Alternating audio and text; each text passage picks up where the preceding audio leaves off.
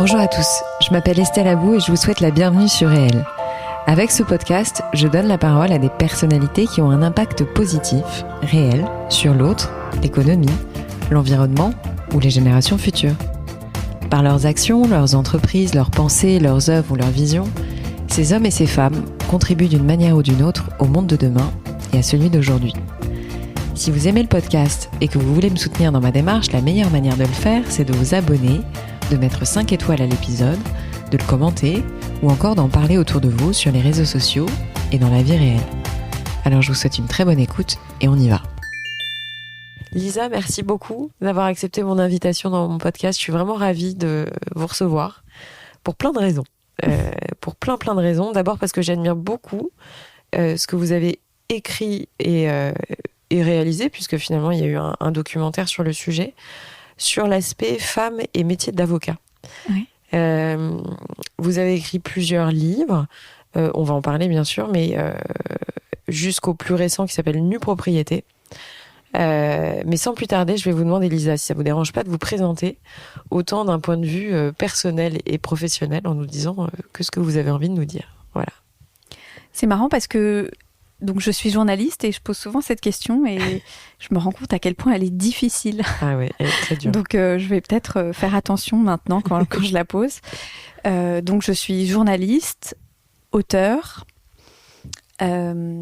J'ai réalisé un documentaire, donc je pourrais dire que je suis réalisatrice, mais j'ai un peu du mal à assumer ça. Moi aussi, il faut l'assumer. Comme j'ai du mal à dire je suis écrivain aussi, je maintiens toujours, je suis auteur. Je trouve qu'il y a un truc, on peut pas dire soi-même qu'on est écrivain, ça fait bizarre. Je suis née dans le sud de la France. Je pense que c'est pas totalement distinct de qui je suis. Je vis à Paris et je suis une fille, une femme, une amie. Voilà, à peu près. Mais c'est déjà beaucoup. C'est déjà beaucoup. Est-ce que vous pourriez nous parler un peu plus de votre parcours? C'est-à-dire, qu'est-ce qui a fait que vous en êtes venu à prendre la plume? Alors, je pourrais pas vraiment parler d'une vocation. Enfin, je fais pas partie de ces gens qui vous disent moi à 11 ans j'écrivais des nouvelles, etc.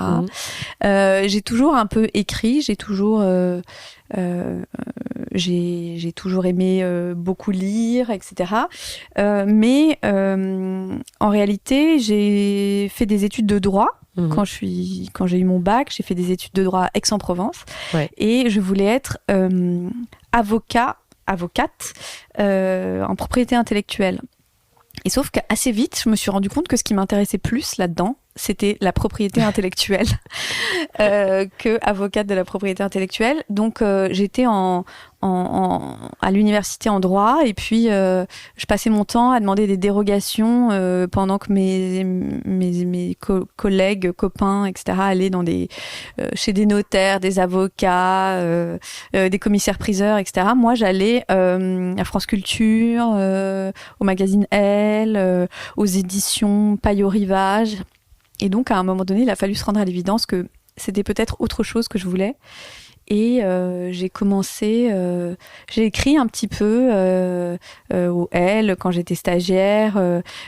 J'étais dans une émission littéraire à France Culture en stage et je préparais des interviews, etc. Et donc, petit à petit, il m'a semblé quand même assez évident que c'était peut-être ce métier-là que j'avais envie de faire de journaliste et de journaliste. Et j'ai passé des concours d'école de journalisme un peu partout en France. ESJ Lille, donc. Et j'ai eu, c'est celle que j'ai choisie. Exactement. Qui est une des meilleures de réputation. Oui, je crois qu'il y a des classements, je sais pas quoi, chaque année, etc. Et il y a un peu une compétition entre le ESJ Lille et le CFJ Paris. Ouais. Mais moi, j'ai une théorie sur le fait qu'elle soit numéro 1, c'est que je pense qu'à Lille, on a beaucoup moins de distractions qu'à Paris. Et donc, du coup, on fait que bosser. Et en fait, moi, j'ai fait que bosser, quoi. On faisait que ça. Ma vie, c'était aller à l'école. Sur le chemin, pour rentrer chez moi, il y avait un cinéma. Et j'allais à l'école. Le soir, j'allais au cinéma. Je rentrais chez moi et je recommençais. Magnifique. Donc, très vite, en fait, vous avez commencé, je crois, donc au L. Mais il y a eu Marianne aussi. Oui, ça? non, j'écrivais pour le L quand j'étais à l'école de journalisme, où je faisais des piges en fait. Ouais. Et puis quand je suis sortie de l'école, c'était en 2011. Et c'était à la veille de la campagne présidentielle de 2012, et donc je me suis dit, où est-ce que j'ai envie d'aller à ce moment-là? J'ai envie d'aller dans un journal pour qui la politique compte, pour qui la campagne est quelque chose de très important. Et donc j'ai postulé chez Marianne, où je suis entrée, donc en 2011, et j'ai d'abord commencé en étant journaliste politique. Je suivais le centre pendant la campagne présidentielle. Ouais. Donc des hommes politiques comme François Bayrou, Hervé Morin et d'autres, quoi. Donc j'ai fait ça pendant quelques temps, et puis ensuite j'ai intégré le service société, et je faisais aussi de la culture parce que voilà, comme je vous le disais, c'est jamais très loin. Et ensuite, au bout de quelques temps, je suis partie et je suis devenue journaliste indépendante. J'ai travaillé pour des journaux. Je travaillais beaucoup pour M, le magazine du Monde, pendant un moment, et ça Figaro fait aussi, non? Et ça fait quelque temps que je travaille pour Vanity Fair et le Madame Figaro, qui sont deux publications pour lesquelles j'écris régulièrement et tout le temps, quoi. Justement, parce que vous avez quand même plusieurs années d'expérience dedans. Je me permets une petite digression, mais ça m'intéresse d'avoir votre point de vue sur ce qu'est devenu la presse écrite aujourd'hui. Comment vous le vivez, vous, à travers le prisme de journaliste? Je peux pas nier que c'est un univers qui traverse une crise, quand même. Après, moi, ça fait presque 10 ans que je suis indépendante, donc je suis dehors et dedans. Ouais, après, moi, j'ai énormément de chance parce que je travaille régulièrement et beaucoup. Mais je vois qu'il y a des choses qui se font moins qu'avant, quoi. Des reportages moins longs, des photos qui sont pas forcément produites. C'est plus difficile, mais je vois aussi, parce que j'ai renouvelé ma carte de presse là il y a pas longtemps, que en fait on a reçu une sorte de récapitulatif de la commission de la carte, et je vois qu'il y a quand même encore toujours autant de gens qui veulent être journalistes, et ça me fait plaisir. Il y a quelque chose de l'instantanéité qui a évolué depuis que je fais ce métier, mais bon, je pense que par rapport à quelqu'un qui a commencé dans les années 80, j'ai rien à dire. Quel est le...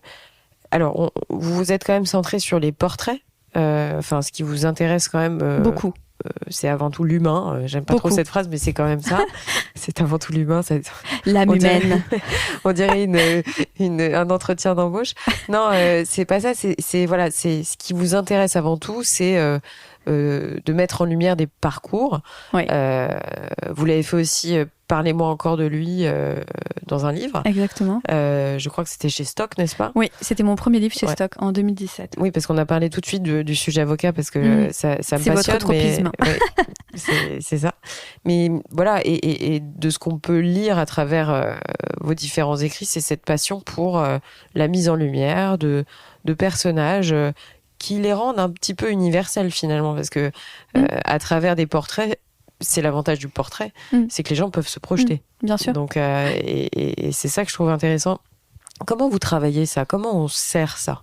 Comment on alimente le fait d'écrire sur les gens? Il faut beaucoup de psychologie, il faut beaucoup d'écoute, il faut beaucoup de temps. Enfin, alors ça, la psychologie, je peux pas moi vous répondre sur la psychologie dont j'arrive à faire preuve ou pas. Très sincèrement, et c'est pas de la fausse modestie. En revanche, je crois que la curiosité, l'écoute, oui, ça paraît être un peu banal aussi, on dirait aussi un peu un entretien d'embauche, comme vous dites, mais toutes les histoires des gens m'intéressent, en fait, leur vie.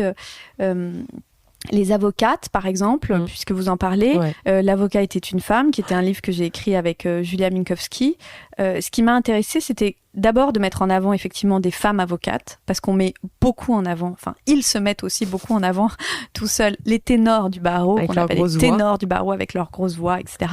Ils racontent leur vie dans des livres ce que ne font pas les femmes. Donc c'était important pour ça de faire ce livre. Mais ce qui m'intéressait, c'est que quand ils racontent ces histoires, ces hommes, ils racontent leur histoire professionnelle comme si, vous savez, c'était une boîte complètement hermétique au reste de leur vie. Il y a leur carrière, leur plaidoirie, etc. Mais finalement, on ne sait pas exactement dans quel contexte ça s'écrit, ça s'inscrit. Et les femmes, et ce métier d'avocat qui est un métier très prenant, dont on ferme pas la porte en fait quand on rentre chez soi, en réalité, il s'inscrit dans un contexte personnel. Voilà, la vie suit son cours. Et ce que j'ai aimé dans ce livre, c'était qu'à chaque fois, remettre en perspective des grandes affaires à des moments clés de leur vie de ces femmes. Et d'ailleurs, elles en parlent. Et peut-être qu'on devrait pousser les hommes à en parler davantage, poser plus de questions quand on interviewe des hommes sur les incidences qu'un l'univers intime, peut avoir sur le professionnel et inversement. Quand je fais récemment, j'ai lancé avec Veuve Clicquot un podcast qui s'appelle Bold Voices. J'interviewe des femmes qui ont, qui ont gagné un prix et le prix, le Bold Woman Award. Mais je les interviewe, souvent ce sont des chefs d'entreprise, des entrepreneurs, des dirigeantes, des anciennes ministres, etc. Et ce qui m'intéresse, c'est d'entrer dans leur vie professionnelle par l'intime. C'est aussi savoir ce qui les a conduits là. Et peut-être que ma question préférée, en réalité, c'est si on remonte aux origines, qu'est-ce qu'on trouve ? Parce que quand même, je crois que de temps en temps... C'est de là de tout... Enfin, c'est le point de départ. Bah, un peu. Non, mais je suis entièrement d'accord avec vous. Et c'est... Généralement, les femmes ont un petit peu plus de facilité à parler de ça, puisqu'elles sont, comme vous le dites, obligées de mêler tout et que tout s'interconnecte. Enfin, tout est un petit peu interconnecté malgré tout. Enfin, c'est délicat parce que pour l'avoir vécu, pourquoi j'ai tenu à ce qu'on se rende compte, parce que je pense que vous avez, comme moi, pu constater à quel point c'était un secteur... ça évolue, j'espère, mais je crois pas que ça évolue si vite que ça, finalement. C'est un secteur qui était masculinisé, enfin très... oui, c'était un univers masculin, initialement. Certaines femmes résistent dans ce secteur et ont résisté pour ouvrir justement la voie à d'autres femmes, tant mieux. Mais de mon vécu, j'ai été vraiment marquée par... moi, c'était il y a longtemps. C'était comme il y a... Oula, j'ai du mal à le dire, mais c'était il y a presque 20 ans. Non, peut-être pas. Non, c'était il y a 10 ans. Ouais, peut-être pas 20 ans. Mais en tout cas, je trouve que c'est un secteur dans lequel il faut de plus en plus faire parler les femmes. Donc voilà, mon développement est un peu long, mais tout ça pour vous dire que je pense que c'est très important de continuer à le faire. Alors oui, c'est sûr, mais aussi, moi, ça m'a donné envie de... si vous voulez, d'interviewer, de vraiment creuser des sujets avec ces femmes, ça m'a aussi donné envie de faire différemment avec les hommes. Ouais. Et en fait, maintenant, j'essaye de faire différemment dans mon métier. Je leur pose des questions que peut-être je n'aurais pas osé poser il y a quelque temps. Je leur demande, est-ce que c'est compliqué, en fait, quand on est CEO de... C'est intéressant d'entendre leur point de vue. Est-ce que c'est compliqué quand on est CEO de réussir à mener vie professionnelle et vie personnelle ? Une fois, j'ai posé cette question à un homme devant une assemblée comme ça. Et puis, il s'est arrêté 2 secondes. Il n'était pas du tout choqué. Il s'est arrêté et puis il m'a dit je suis passée à côté de beaucoup de choses. Je suis passée à côté de mes enfants, mais je me rattrape avec mes petits-enfants. Donc maintenant, je dis aux hommes, faites attention. C'est pas inintéressant de savoir ça. Ah non, mais moi, ça me fout des frissons. Ça me fout des frissons parce qu'en fait, c'est vrai que... Mais c'est très juste ce que vous soulignez. C'est qu'en posant ces questions-là, peut-être qu'on réveille les consciences aussi, quoi. Et que le genre va peut-être un petit peu s'estomper au travail. Oui, je pense qu'il y a des questions qu'il faut plus poser à des femmes. Et il y a des questions qu'il faut poser aux hommes. C'est vrai. Et en faisant ça, peut-être qu'on atteindra un équilibre. Vrai. C'est très vrai. Non, mais c'est très vrai. Et c'est très vrai. Justement, quelles sont les grandes idées parce que vous avez quand même... Oula, grandes idées, ça fait peur. Non, mais pas grandes idées, mais alors, les grandes leçons, on va dire ça comme ça, ou les grands enseignements que vous avez pu tirer sur vos expériences d'auteur et de réalisatrice sur le secteur des femmes et du droit, ou en tout cas des femmes avocats. Est-ce que vous avez... voilà, si demain... on vous demandait de j'aime pas ça parce que c'est de résumer. C'est pas agréable, mais au moins de nous dire voilà, je suis arrivée avec cette idée et puis je suis repartie avec une autre, ou peut-être je pensais que et puis finalement je pense différemment. Voilà. En réalité, moi, il y a une chose qui m'a un peu choquée, surprise, c'est que, si vous voulez, moi, dans mon métier, journaliste, auteur, au fond, on a un plafond de verre comme dans tous les autres univers. Il y a beaucoup de femmes journalistes, il y en a moins à des postes de responsabilité, comme partout. Mais je n'ai jamais été confrontée au fait qu'on me dise « Non, mais ça, tu vois, ça c'est mieux que ce soit un homme qui le fasse. » C'est très rare, en fait. Dans mon univers, c'est très rare. À part peut-être reporter de guerre. Et encore, aujourd'hui, on se rend bien compte qu'il y a aussi des femmes extraordinaires qui font ce métier et qu'on ne le pense pas. Mais dans le métier d'avocat pénaliste notamment, il y a encore toujours cette idée que c'est un métier dur, que du coup, c'est quand même vraiment un métier d'homme. Et elles ne se voient pas comme ça. Quand elles enfilent leur robe, elles sont avocates et puis c'est tout. Il y a les grands enseignements, c'est difficile parce que elles sont toutes différentes. Il y a une génération qui ne se rend même pas compte c'est ça. Qu'elle a été victime de sexisme, de misogynie, et qui dit oui, bon, voilà, cette génération elle existe. La nouvelle génération, elle est non, mais pour nous, c'était à normal. l'inverse, elle est très militante. Et au milieu, il y a celles qui essayent de faire le lien et d'opérer la transition et qu'on les regarde comme pour ce qu'elles sont, pour leur talent, pour leur travail. Il y a peut-être une chose, je pense, qu'il faut dire concernant les femmes avocates, c'est que, vous savez, c'est comme partout, en fait. On vous dit, oui, les femmes, la douceur, leur qualité, etc.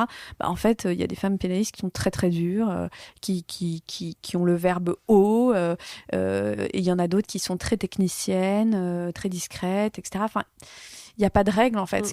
Ce qui serait bien, c'est juste d'oublier quel est leur genre. Je sais pas si j'ai répondu à votre question. Si, totalement. Surtout que ça me rappelle beaucoup de choses. Et qu'effectivement, même pour ma génération, j'ai pas 60 ans, hein, mais je me souviens que pour nous, c'était normal de faire certaines choses qui, aujourd'hui, seraient considérées comme complètement ubuesques. Voilà. Enfin, j'ai en mémoire ma petite expérience.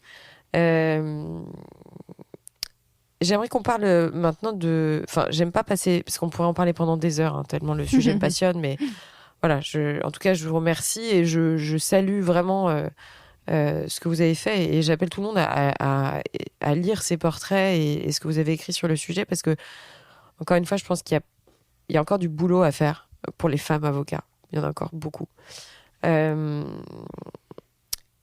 Notamment pour les femmes avocats mamans. Aussi, parce que c'est un autre sujet. Et que parfois, elles s'auto-limitent naturellement. En fait, leur désir d'être associées part un petit peu au moment où elles sont mamans. Enfin bon, voilà. Nue propriété. Alors, c'est votre plus récent ouvrage. Oui. Est-ce que vous pouvez nous en parler un petit peu ? J'ai pas envie de... voilà, le pitch. Alors, Nue propriété, donc c'est un roman qui est sorti effectivement récemment en mai 2022.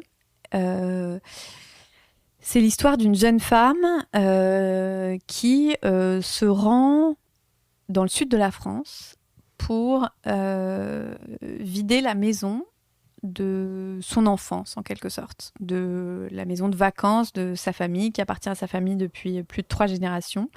Elle est la 4e.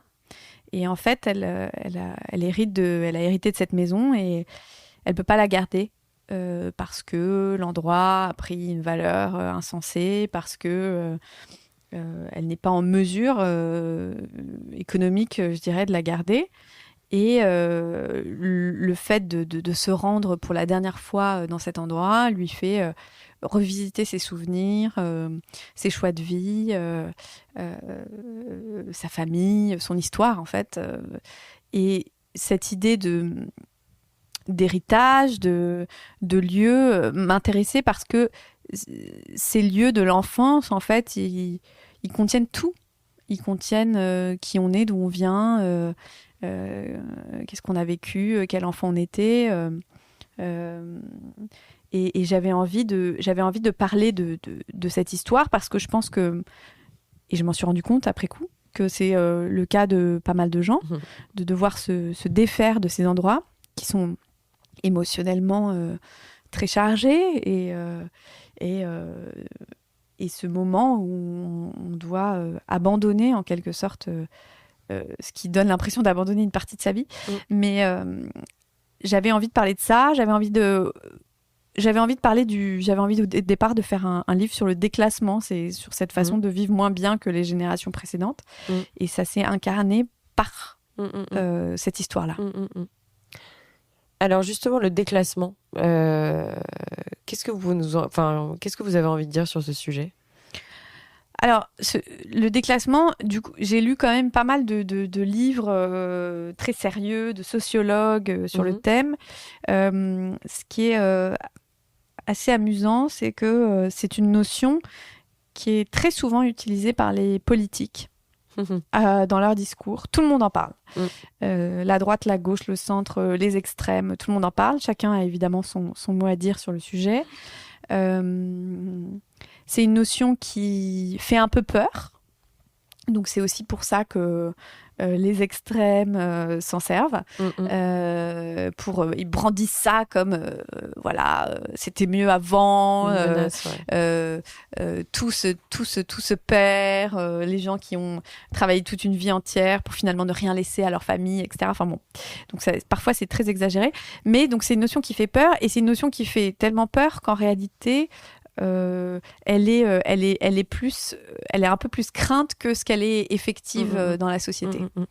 Ça m'a intéressée parce que je pense que de temps en temps, dans les choix de vie qu'on fait, et qui nous comblent, c'est pas moi le déclassement dont je parle dans mon livre, dans ce livre, c'est une forme de déclassement choisi en quelque sorte. C'est-à-dire que c'est pas l'impossibilité, c'est pas, si vous voulez, un métier très difficile, très laborieux, qui pourrait être, je sais pas, c'est très pénible, politiquement correct de le dire, mais je veux dire, c'est pas des personnages qui deviennent livreurs, Deliveroo, sauf mon respect pour les livreurs Deliveroo, c'est pas ça que je veux dire, mais c'est des gens qui ont choisi une vocation, et cette vocation, qui par ailleurs les remplit de plein de choses merveilleuses et d'une sorte de forme d'accomplissement par ailleurs, ne leur permet pas de maintenir une sorte de niveau de vie économique. Mais ça ne les empêche pas de... ça ne les empêche pas de conquérir d'autres territoires. Il y a un déclassement. Le déclassement, il peut être économique, il peut être social, mais on peut être déclassé économiquement et en même temps intellectuellement plus élevé. Voilà. Et donc, j'avais envie de parler de ça. Et donc, dans Nue Propriété, le personnage vient d'une famille entière de médecins. Et en même temps, c'est intéressant parce que, si vous voulez, 3 générations plus haut, c'était une famille de médecins. Et une famille de médecins de province, à l'époque, c'était en quelque sorte le Graal, quoi, je peux pas vous dire. Et aujourd'hui, un médecin de province, en fait... personne veut être médecin province, quoi, vous voyez. Donc, c'est un déclassement qui est aussi relatif. C'est comment certains métiers ont perdu de la valeur, comment certaines familles ont perdu du capital, comment d'autres se sont enrichis. Et le patrimoine physique, lui, il est en quelque sorte... Il a pris de la valeur à chaque fois. Donc, des gens qui possédaient des choses, aujourd'hui, sont amenés à les vendre pour pouvoir... maintenir une certaine forme de mode de vie. Et pourquoi vous avez voulu écrire ce livre maintenant ? Il y avait une raison profonde ou c'est un sujet qui vous taraudait depuis des années ? Alors c'est un sujet qui m'intéressait depuis des années. Vous pourriez en parler à mon éditeur parce que il a été très très très patient. Parce que quand j'ai sorti donc Parlez-moi encore de lui en 2017, très peu de temps après j'ai signé ce livre. Je pense la même année. Il est sorti en mai 2017 et en septembre je pense que je signais ce contrat. À l'époque il s'appelait Les Déclassés d'ailleurs. Ah. D'accord. Et non nue propriété, donc c'était le titre de travail. Donc D'accord. j'avais cette idée-là de déclassement déjà. Donc on est en 2023, il est sorti en 2022, je l'ai signé en 2017. Vous voyez, ça prend du temps les choses. Et donc les déclassés. Et donc j'avais envie de parler de ce sujet-là parce que je sentais que c'était quelque chose qui, dans évidemment certains milieux, était une notion assez prégnante en fait. C'était une crainte de ne pas faire aussi bien, de ne pas vivre aussi bien que de là où on vient. Et je trouvais aussi que ça m'intéressait. Moi, j'aime énormément des auteurs comme Annie Ernaux, Didier Ribon. Récemment, j'ai lu Gérald Bronner, qui a écrit un livre qui s'appelle Les Origines. Ces histoires me passionnent. Je trouve que, en plus, voilà, ce sont des gens qui écrivent très bien. C'est de la Annie Ernaux, c'est de la littérature. Ouais. Didier Ribon aussi, quand il fait Retour à Reims d'une certaine façon. Je lis beaucoup de choses qui me passionnent sur des trajectoires, pardon, pas des territoires, des trajectoires ascendantes. Et je me dis, pourquoi, au fond, il n'y a pas de trajectoire descendante ? Pourquoi on ne raconte pas ça ? C'est très rare en fait. C'est vrai. En littérature, ça n'existe pas quasiment. Et tout comme l'échec, on n'en parle pas non plus dans le métier. Oui, et encore maintenant, aujourd'hui, l'échec, si vous voulez, c'est devenu presque la notion, l'échec... à l'américaine. Ouais, à l'américaine, quoi. L'échec, il faut avoir échoué pour rebondir, etc. Genre, l'échec est une chance, voilà. Donc, les vertus de l'échec, comme dirait Charles Pépin. Mais...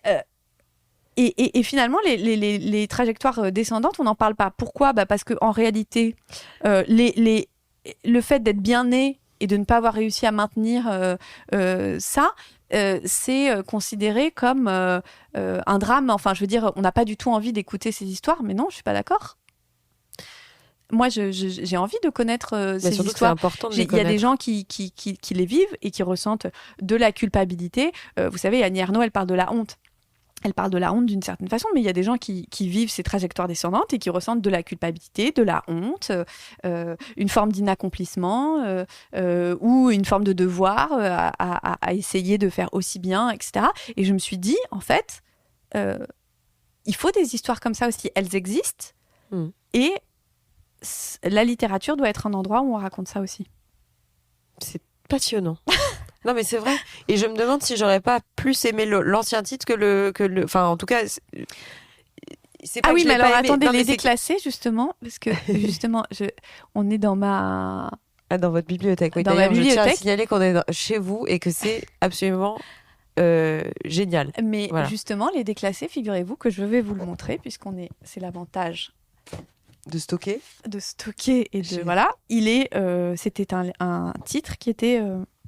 Déjà utilisé par Jean-François Bizot chez Grasset, qui a écrit ce livre qui s'appelle Les Déclassés. Je ne le savais pas.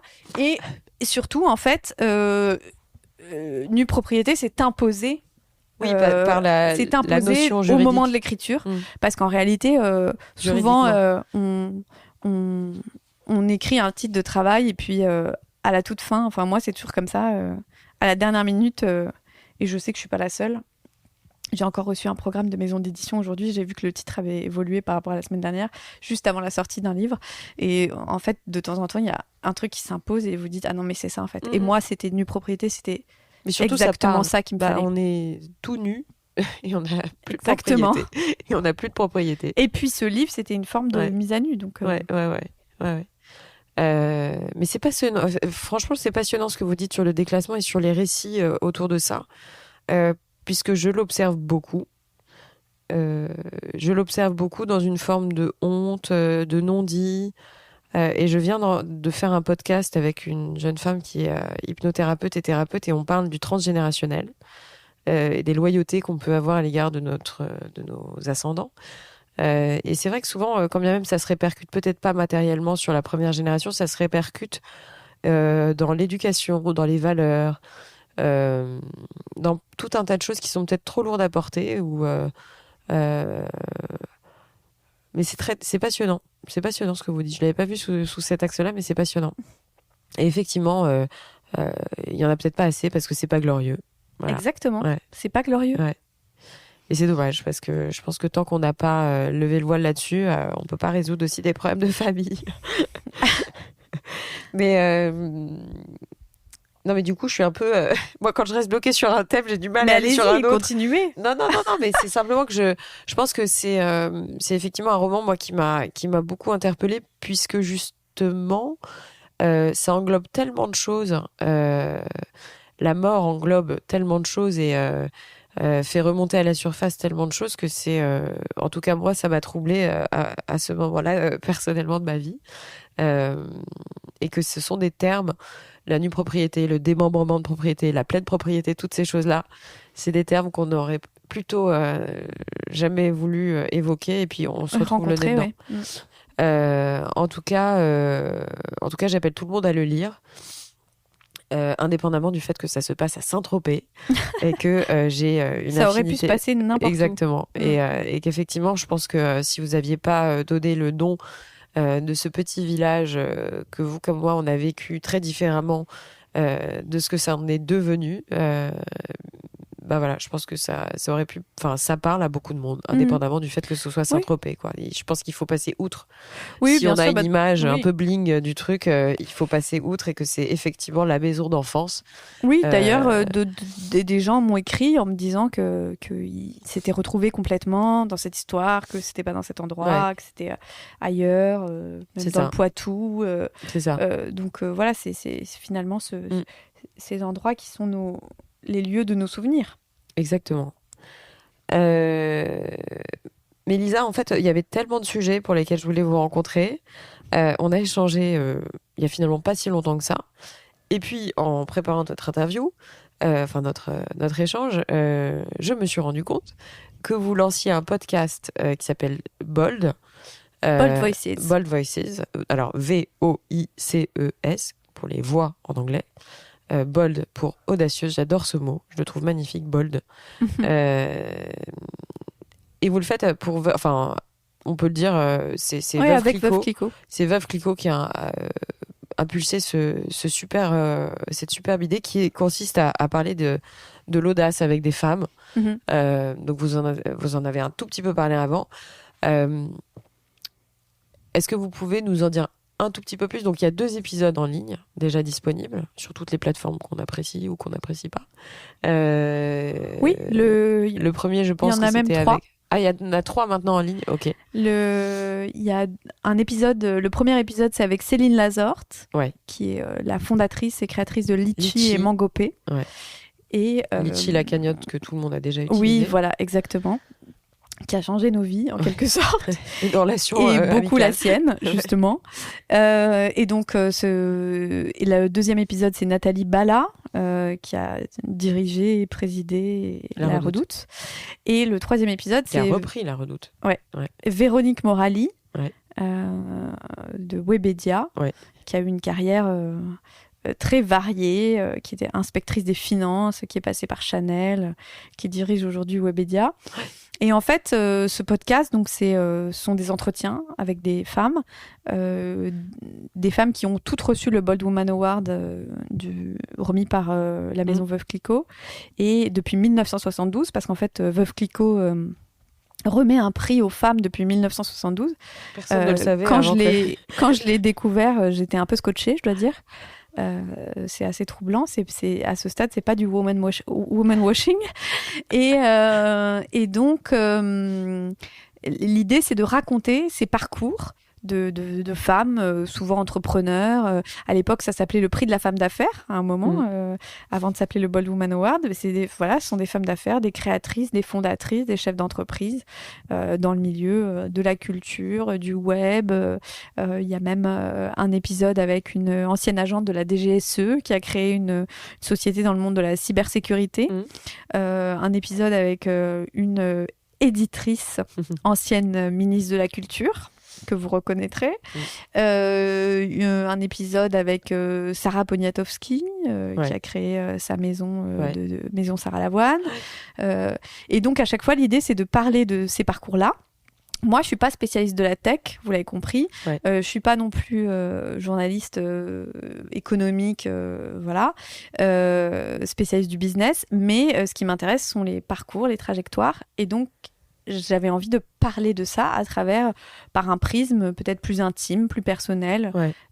Voilà. Et donc, ce sont c'est très réussi. Des émissions, des entretiens entre 30 et 40 minutes à chaque fois. Et c'est chaque semaine, le mardi. J'ai écouté et j'ai beaucoup apprécié. Vraiment. Merci, c'est gentil. J'ai découvert Résilience, une société qu'a cofondée Céline Lazorte, qui est autour du cancer, de la prise en main du cancer. Avec ce garçon dont vous connaissez mieux le nom que moi. Jonathan Benamou. Et effectivement, Donc, merci pour la découverte parce que, en tout cas, c'était un échange passionnant. Et honnêtement, je vous parle en toute franchise, on voit la différence quand on a affaire à une journaliste. Voilà. Ah bon ? Oui. Tant mieux. Parce que j'écoute beaucoup de podcasts et c'est vrai que... Donc je vais pouvoir redemander ma carte de presse l'année prochaine. C'est ça. Mais je dis juste que dans le secteur du podcast, c'est quand même un secteur dans lequel il y a tout.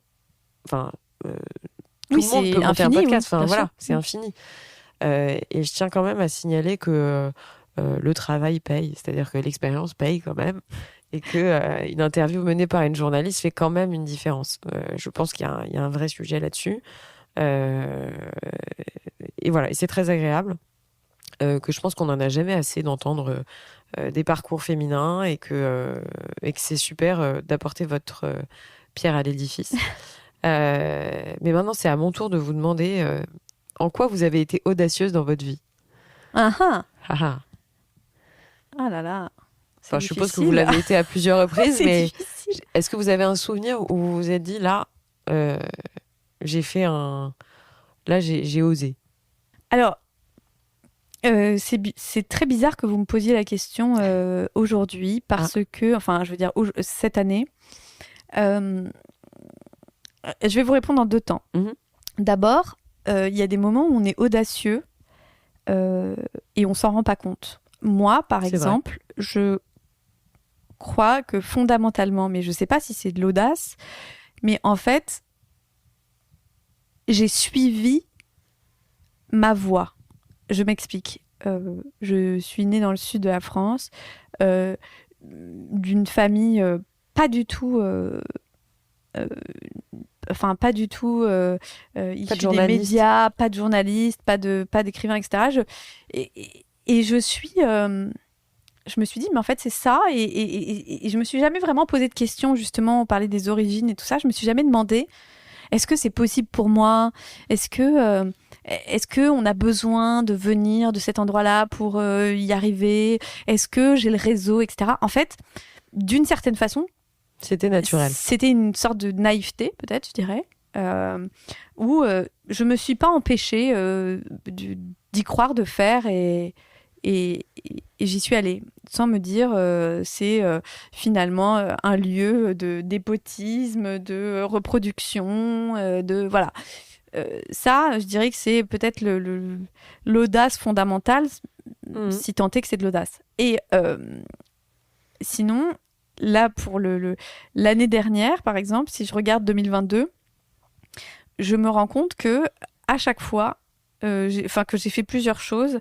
J'ai publié ce livre, Nue Propriété, qui était un livre très inspiré de ma propre vie, sans me rendre compte à quel point c'était quand même quelque chose, parce que chaque fois que vous en parlez, vous avez l'impression de parler de vous, et en fait, parler de soi, parfois, c'est un peu saoulant. enfin un peu dur. Ça demande plus d'énergie que quand on parle d'autres personnes.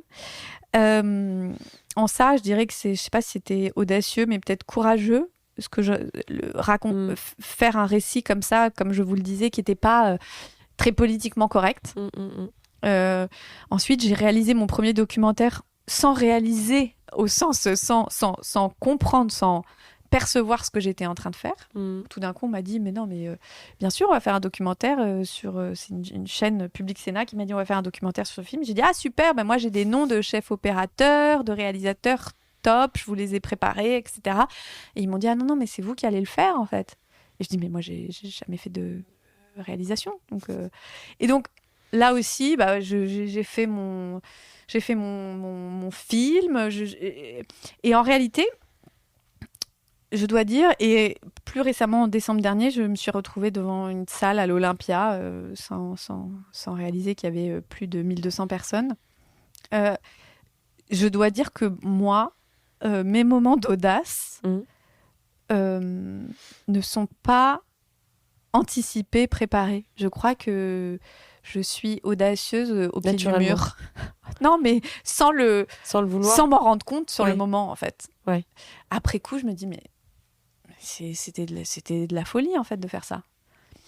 Mais je sais pas, alors peut-être que plus on avance dans la vie, plus on se dit, mais non, maintenant je sais, et donc on est un peu tétanisé. Mais pour l'instant, j'ai eu l'impression de ne pas réaliser que j'étais... Non, mais c'est intéressant ce que vous dites. On parlait de trajectoire, mais effectivement, dans ce cas-là, c'est que l'audace est une manière inconsciente de se remettre sur sa voie. Peut-être. Ou l'audace est une forme de... Peut-être de pas trop se poser de questions. Peut-être juste une forme de... Et moi, moteur. Pourtant, je suis quelqu'un qui se pose beaucoup trop de questions. Mais il y a des... Quand il s'agit de faire dans mon travail, dans l'action, en réalité, je fais. Ouais. Après, j'ai 200 000 sujets sur lesquels je me prends la tête, il n'y a aucun problème. Mais quand il s'agit de ma vie professionnelle, je fais, j'avance, et après, je me dis, ah ouais, quand même, c'était un peu osé. Mais c'est trop tard, je l'ai fait. Mais ça vient de vos parents ? Vous pensez que c'est quelque chose, c'est une espèce de... Parce que c'est pas acquis chez tout le monde, ça. Hein. C'est quand même une force certainement naturelle, mais c'est pas acquis. Est-ce que ça vient pas du fait que... je veux pas qu'on rentre trop dans l'intime, mais est-ce que vous avez eu le sentiment d'avoir été accompagné durant votre jeunesse ? Est-ce que... on vous a dit, mais non, tu peux pas être journaliste. Ah non, jamais. Voilà, vous avez été plutôt... On m'a jamais dit ça. On m'a jamais dit, tu peux pas. On vous a jamais en fait, dit, non. Mais c'est marrant parce que je me rends compte, à la fois, bien sûr, je pense que ça vient de mes parents qui m'ont donné confiance en moi d'une certaine façon, bien sûr, qui m'ont accompagnée, qui m'ont donné les moyens d'eux. Ouais. Mais au fond, je me rends compte en interviewant les gens que de temps en temps, on leur a dit, oui, tu peux le faire, etc. Moi, tout s'est fait... Je sais pas comment dire, ça s'est passé naturellement. Mes parents m'ont toujours accompagné, entraîné, aidé, poussé, mais pas, ils m'ont pas dit oui, il faut que tu le fasses, oui, tu vas réussir, oui, machin. En quelque sorte, naturellement, je dirais organiquement, ils m'ont fait comprendre, sans forcément le formuler, que je pouvais. C'est ça. D'accord. Oui, j'ai compris. Sans vous dire oui ou non. Ça doit être une manière de donner confiance en soi à ses enfants. Ouais. Ils m'ont juste, ils m'ont pas dit, mais bien sûr, voilà. Ils m'ont suivi. Ils ont su vous écouter. Ouais. Et du coup, un échec, enfin, est-ce que vous avez le sentiment, je déteste cette question, mais je suis en même temps obligée de la poser. Non, mais je ne crois pas à l'échec. Je crois aux essais. Mais en tout cas, est-ce que vous avez quand même... excusez-moi, on enregistre, je suis sur la fin d'un rhume, c'est très désagréable. Je ne suis pas du tout contagieuse, mais c'est un peu désagréable. Non, est-ce que vous avez eu le sentiment à un moment d'avoir touché le fond ? Toucher le fond. Ouais. C'est-à-dire ? Toucher le fond, est-ce que vous avez eu le sentiment d'avoir eu une sorte de revers de situation terrible dont vous n'alliez pas vous relever ? Enfin, voilà, quand on dit toucher le fond, c'est une période où ça peut être un échec, ça peut être un moment de doute profond, ça peut être un moment de... ouais, c'est ça, en fait. Quand je dis toucher le fond, c'est très relatif, attention. Hein, c'est pas forcément les méandres noirs et difficiles, mais voilà, un truc où vous vous êtes dit, waouh, là j'ai pris un truc dans la figure, faut que je me relève, faut que je fasse quelque chose. S'il y en a pas, c'est pas grave. Hein. Non, je pense que c'est difficile comme question.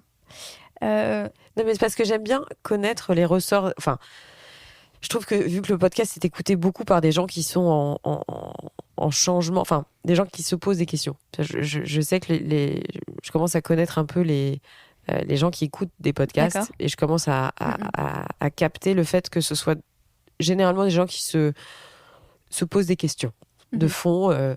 C'est des questions existentielles, c'est des questions de carrière, c'est des questions métaphysiques, des questions économiques. Mais en tout cas, c'est des gens qui se remettent en question, on va dire ça comme ça. Et c'est pour ça que je suis toujours intéressée, sans pour autant vous demander, enfin, je ne vais pas vous demander de parler de choses dont vous n'avez pas envie de parler, mais le sujet, c'est le ressort, en fait, c'est le rebond. Et je trouve que ce qui est intéressant chez les gens aujourd'hui, et tout à l'heure, vous parliez du fait que il faut des récits qui ne soient pas glorieux, mais je trouve que c'est aussi intéressant de savoir comment les gens rebondissent. Voilà. Oui, alors moi, je dois dire qu'à un moment donné, quand j'ai quitté Marianne et que je suis devenue indépendante, je me suis dit, j'ai eu le vertige. Je me suis dit, waouh, est-ce que c'est pas trop risqué ? Et en même temps, comme je vous disais, comme je suis assez pied du mur, je pense que la même semaine, j'avais eu une idée que j'ai envoyée à M, le magazine du Monde, et c'était tout de suite la première idée et la bonne idée, et ça a commencé, ma collaboration avec eux a commencé comme ça. Je connaissais pas la personne à qui j'ai envoyé le mail. J'y suis allée comme ça. J'avais bossé mon truc. J'avais eu une idée qui était venue comme ça un jour en courant. Oui, parce que vous courez, il faut le signaler quand même. Vous courez beaucoup. Il faut le signaler. Bah oui, parce que c'est un mindset, non ? Ouais. Alors mais justement, à propos de ça, je vais vous dire quelque chose qui je dirais que la seule fois, non, évidemment, dans ma vie, j'ai perdu des aides de ma famille, ça a été des moments difficiles, etc., bien sûr, comme tout le monde. Ça, c'est des moments difficiles. Après, je pense qu'une fois dans ma vie, j'ai cru que j'allais mourir d'un chagrin d'amour. Et en réalité, je me suis dit, voilà, je n'arriverai pas à rebondir. Et alors, ce podcast dévie largement, hein, cet épisode dévie vraiment beaucoup, je trouve, si je peux me permettre. Mais il faut dire aux gens, voilà, vous qui êtes en train d'écouter ce podcast dans votre canapé en vous disant, mais j'arriverai jamais, mais je pourrais pas aimer quelqu'un comme ça. Mais est-ce que c'est pas trop tard? Mais qu'est-ce que j'ai fait? Mais j'ai perdu du temps, etc. Mais en fait, mais non, pas du tout. Et moi, ça m'est arrivé. Je me suis gâché des moments. Je me suis gâché des moments avec des gens que j'aimais. Je me suis mise en retrait de moments hyper sympas. Je me suis empêtrée dans une relation amoureuse qui ne marchait pas, etc. Mais en fait, on s'en sort, quoi. Ouais, on s'en sort toujours. On s'en sort. Alors, j'ai l'impression d'être vraiment hyper... alors pas du tout, parce que je pense qu'au contraire, c'est très important de parler de sentiments. Ouais. Parce que finalement, c'est quand même le et puis nerf de la guerre. Un jour, vous vous réveillez. Et puis c'est passé. Et puis vous vous dites, et alors un jour encore plus loin, et ça c'est peut-être encore mieux, vous vous réveillez et vous dites, mais c'est ça une histoire d'amour. Mais j'avais pas compris du tout en fait. Parce que moi je croyais que mon truc pourri là, c'était ça. Mais pas du tout, ça peut être comme ça aussi. Ouais. Et alors celui-là, je vous le souhaite vraiment beaucoup. Ouais. Merci pour cette ouverture. Merci, parce que je sais que c'est pas forcément évident. Mais en tout cas, je pense que c'est... Mais c'est des leçons. Enfin, encore une fois, on peut le transposer sur... On peut le transposer à plein de trucs. En gros, c'est ne pas rester le nez collé à la feuille, là, et d'essayer d'un tout petit peu aller prendre l'air et aller courir. Et aller aussi faire, moi, ce qui m'a bien aidé justement dans ces moments de rupture amoureuse, c'était je fais du vélo en salle, du vélo à haute fréquence. Ah oui, je vois. Donc, je ne sais pas si on peut citer une enseigne qui fait ça, mais je fais du vélo chez Dynamo. Ouais. Et en fait, vous êtes dans une salle noire avec plein de gens à côté de vous. Personne ne se voit. Personne ne se voit, personne ne se regarde. Et de toute façon, tout le monde s'en fout parce que vous êtes hyper concentré et vous n'avez pas le temps en fait de regarder votre voisine pour savoir si son truc Lululemon il lui va mieux à elle qu'à vous. Parce que vous êtes à fond. En fait, il faut pédaler à fond, taper dans ses mains, baisser les bras sur le guidon, etc. C'est épuisant. Il y a quelqu'un qui vous parle avec un petit micro qui est sur une estrade, qui vous parle et qui vous dit « Oui, vas-y, tu vas voir ». Et tu as l'impression que tu dis « Mais c'est pas possible, en fait. Moi, j'ai trop de recul pour vivre un truc pareil. » La fille qui est en train de me dire « Si tu vas au bout de ce cours, tu vas aller au bout de tous tes objectifs. » et tout. Et à un moment donné, vous pédalez, il y a la musique à fond. Et puis, vous vous dites... Et là, vous entendez toute la salle et vous-même, et vous surprenez à crier en même temps que tout le monde. Et là, ça vous fait un bien. Ouais. Et moi, j'ai une de mes amies qui a divorcé, qui a eu un divorce très, très dur, et qui était quelqu'un d'hyper... qui se plaignait jamais. Zen. Non, pas zen. Introverti. Hyper dans le contrôle. Ouais. Toujours nickel. Elle vivait un truc hyper dur, toujours nickel, toujours à jamais se confier, jamais se plaindre, etc. Et un jour, je lui dis, mais comment tu fais? Elle lui dit, mais je pleure sur mon vélo. Et donc, dans ce moment-là de salle intense, elle pleurait sur son vélo comme ça. Et c'est vrai que de temps en temps, au lieu de rester le nez sur la feuille, comme je disais tout à l'heure, il faut aller se dépenser, faire des choses. Et physiquement. je crois quand même vachement à cette histoire de corps, quoi, si on peut. Ouais. Ça fait du bien. Moi, je cours, je vais faire du dynamo là à côté de chez moi, et de temps en temps, ça aide. Magnifique. Lisa, je ne vais pas vous prendre encore beaucoup de temps parce que je me rends compte que l'heure tourne. Je pose toujours les mêmes questions en fin d'interview à mes invités. C'est un coup de cœur récent et un coup de gueule. Un coup de cœur, ça peut être un livre, ça peut être le vôtre. Hein. Non, comme ça. Non, mais ça peut être un livre, une pièce de théâtre. Je sais que vous lisez beaucoup. Ça peut être une rencontre, ça peut être un voyage, ça peut être un moment, peu importe. Mais c'est un coup de cœur. Vous pouvez prendre le temps de la réflexion, il n'y a pas de problème. Et un coup de gueule ensuite. Ou d'abord l'un ou après l'autre, comme vous voulez. Et puis parfois, il y a des gens qui disent les deux en même temps. Ou qui n'en ont pas d'ailleurs. Alors, un coup de cœur, oui. Un coup de cœur récent. Non, ce que je trouve le plus difficile comme question, c'est quand on vous dit quel est votre livre préféré, quel est votre film préféré. Non, ça, je trouve ça très dur parce qu'en fait, sur toute une vie, c'est impossible. C'est pour ça que je dis récent. Mais un coup de cœur récent, un livre que j'ai lu là, parce que j'ai co-créé avec une de mes amies qui s'appelle Vanessa Trigano, un prix littéraire à La Ponche, à Saint-Tropez justement, qui s'appelle le prix littéraire de La Ponche, à l'hôtel de La Ponche. Ouais. Mais je vous réserve des surprises, moi aussi, en fin d'émission, vous voyez, il n'y a pas que vos questions.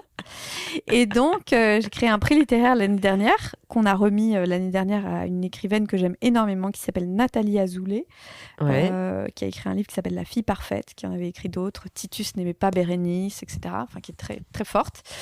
Et pour ce prix, on lit beaucoup de livres. Évidemment, c'est un prix qu'on remet en mai, chaque année.